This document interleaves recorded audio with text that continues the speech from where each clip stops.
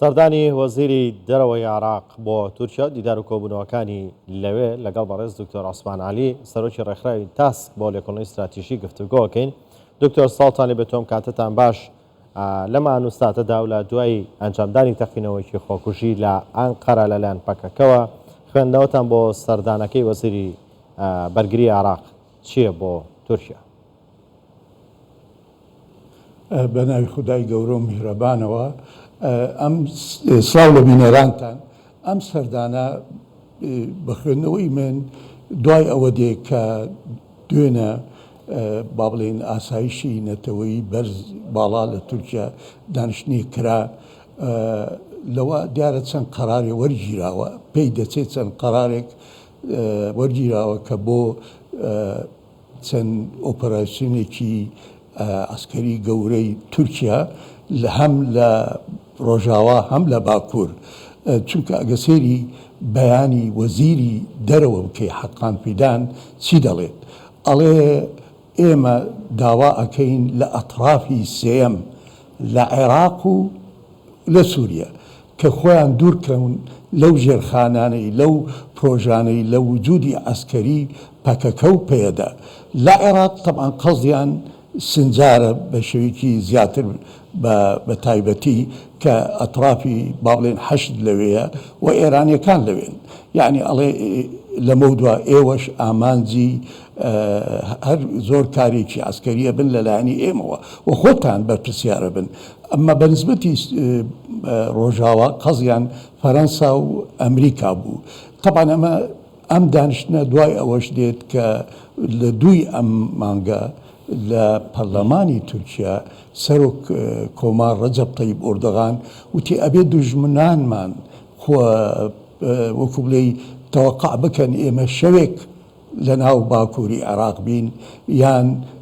ئەو ئۆپەراسیۆنەی کەوا ئێمە بە گرنگ بازانیوە لە زۆکەوە کە 44 کیلۆمەتر لە سنوورمان لەگەڵ سووریا جێبەجێ بکەین کە پێویستە بۆ پاراستنی ئاسایشی نەتەوەی تورکیا، وتیەوە کاتی خۆیەتی و ئەم ئۆپەراسیۆنە کەوا ڕوویدا تەبعاً ئەم ئۆپەراسیۆنە قەزم ئەوەی کارەکەی پەکەکە ئەوە پاساوێکەدا پێیان، یعنی من بە کورتی وای بینم ئەوەلەن ئەم سەردانەی وەزیری بەرگری بە جۆرەی زۆربەی چاودێران ئەمە سەردانێک بوو چاوەڕێ نەکراو بوو لە ناکام بانیان کرد. من وای خوێنم ئەمە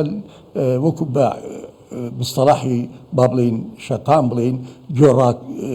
وەزیری دەرەوەی عێراق لەوێ گوێی ڕابکێشن پێی بڵێن کاتێتی ئێوە مووقفتانە بێ بەرامبەر پەکەکە، چۆن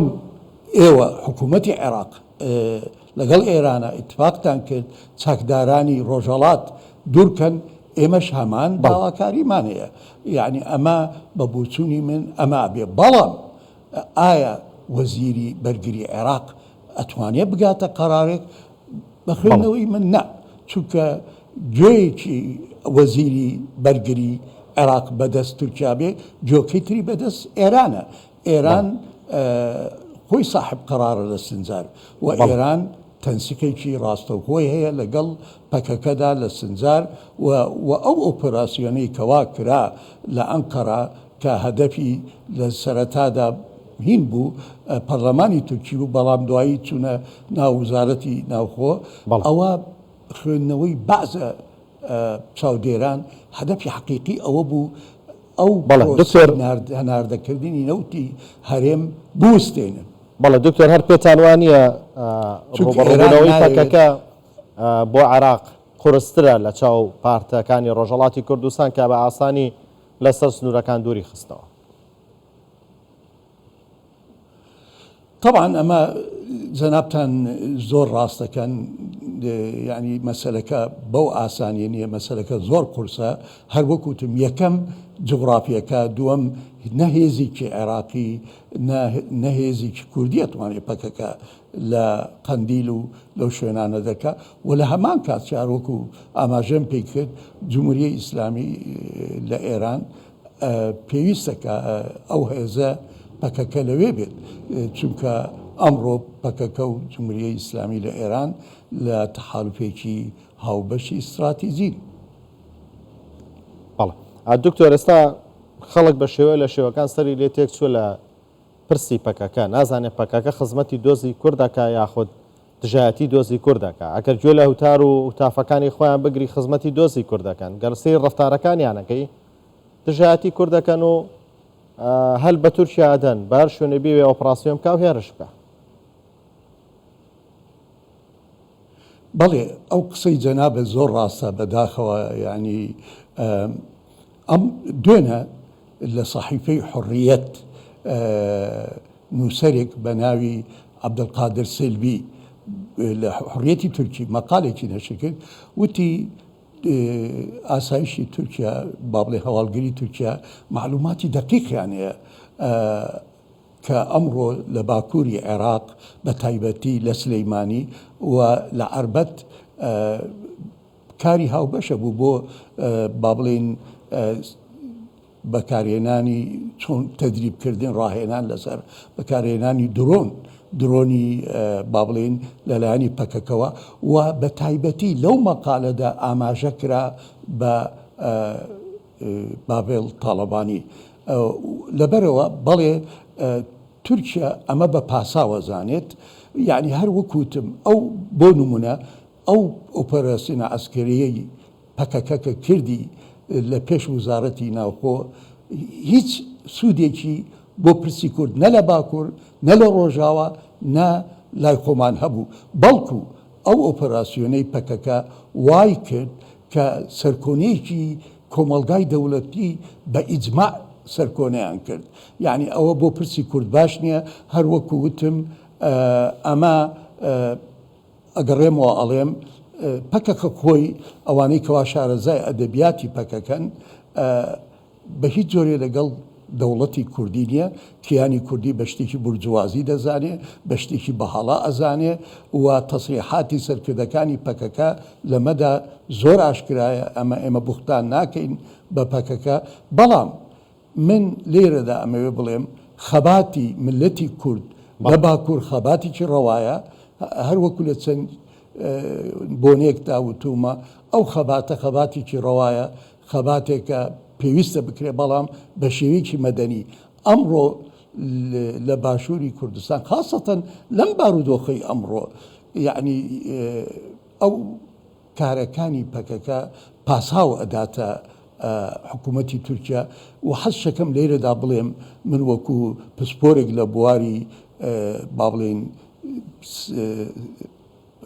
سیاسەتی دەرەوەی تورکی ئەبینم بەعزە دەوائیرێ لە تورکیا لە زۆکەوە ویستیانە حتا لە کاتی بۆ ئۆتەمەری لۆزان داوای ئەو شاخانەیان کردووە کە ئیستا ئەمڕۆ تورکیا کارەکانی پەکەکە وەکو پاساو بەکاردێنێ و دەیگرێت تورکیا ئیتر لەو شاخانە بە خوێندنەوەی من ئەو شوێنانەی کە ئیستا ئیگرێ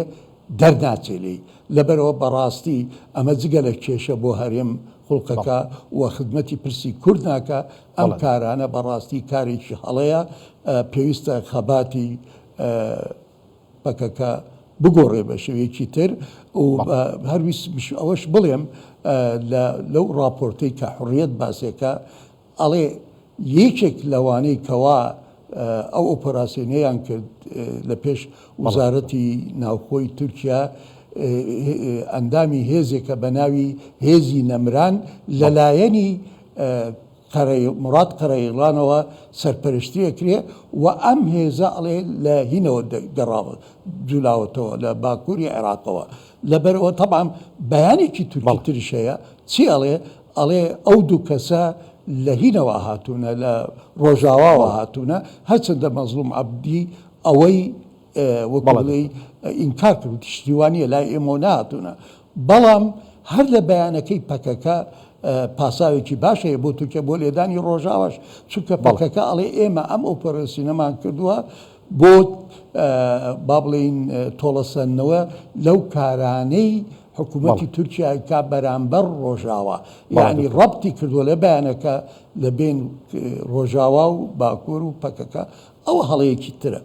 بەڵێ بەڕێز دکتۆر عوسمان عەلی سەرۆکی ڕێکخراوی تاسک بۆ لێکۆڵینەوەی استراتیژی سوپاس کە لە هەولێرەوە لەگەڵماندا بوو.